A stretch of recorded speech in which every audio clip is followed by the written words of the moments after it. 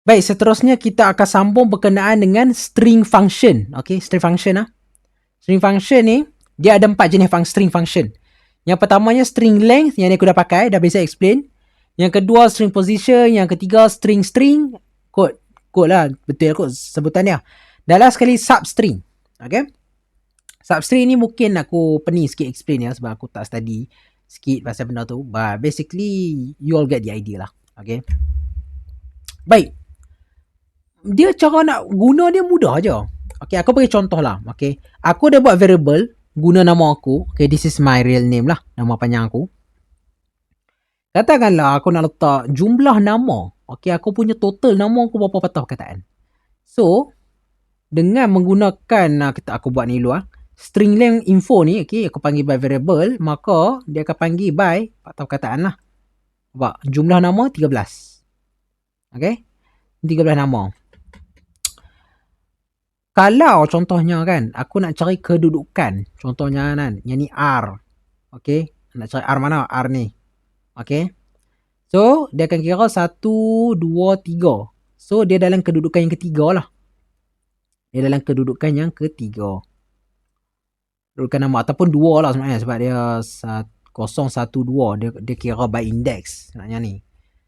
Tapi kalau aku kira ni, dia 13 lah. 1, 2, 3, 4, 5, 6, 7, 8, 9, 10, 11, 12, 13. Termasuk tempat kosong ni kanan.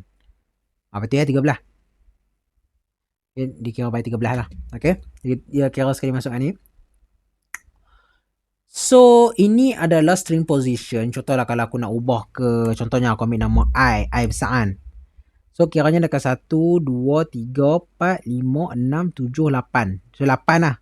Kedudukan ni ialah 8. Kedudukan nama ialah 8. Ataupun 7 lah. Aku silap. Macam mana aku kira ni? 0, 1, 2, 3, 4, 5, 6, 7. Dikira by kosong ni. Dikira by kosong, okay? Aku asyik lupa. So, ini untuk string position. Kalau untuk string, okay, string ni, kod, aku tak tahu cara sebutan macam mana. Dia return the rest of the string starting from the matching point. Basically macam ni ya. Aku buat macam ni. Okay. str sub nama sama dengan, aku akan ambil daripada sini. Aku mula dengan nama aku lah. Ambil yang ni. Aku terpadam ni. Alright, there we go.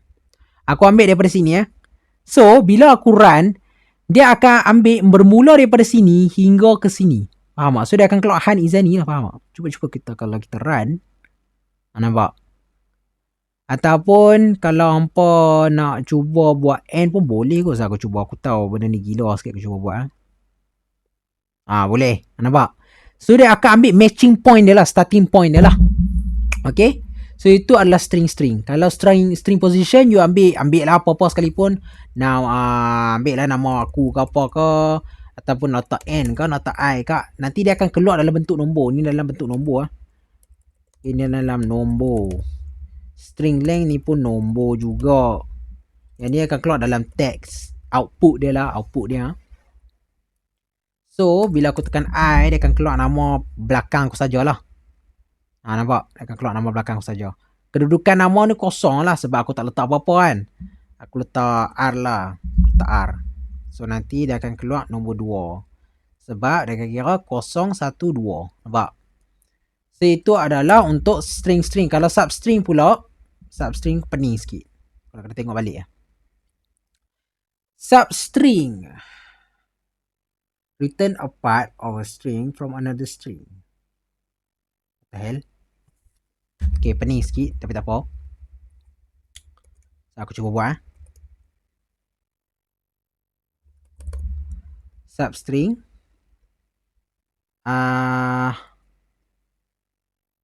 Ni kita tengok info. Okay, katalah aku nak Han ni, aku nak Han saja. So 0, 1, 2, 3, 4, 5. Okay, so kiranya dia akan kembalikan Han ni lah kan. Tak silap aku. Kita cuba. Han Izani. 0, 1, 2, 3.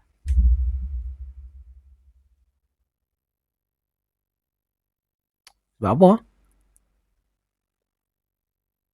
Tak, ni 0, 1, 2, 3, 4, 5. Okay, dia akan kembali kat ni. Tapi kenapa dia ambil sekali I? Pening. So, kalau aku ambil 4 saja. Oh, dia ambil nama ni saja. Sebab apa? Info 3.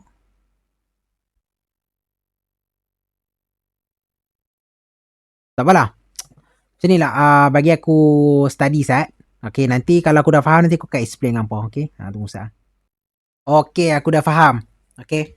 So, basically dia macam ni. Okay, dia macam ni cerita dia. Okay. Basically, nombor yang ni, ini adalah nombor indeks yang nak mula. Okay. Ni nombor indeks nak mula dan yang ni berapa panjang nak ambil perkataan tu. Okay, aku bagi contoh lah kanan.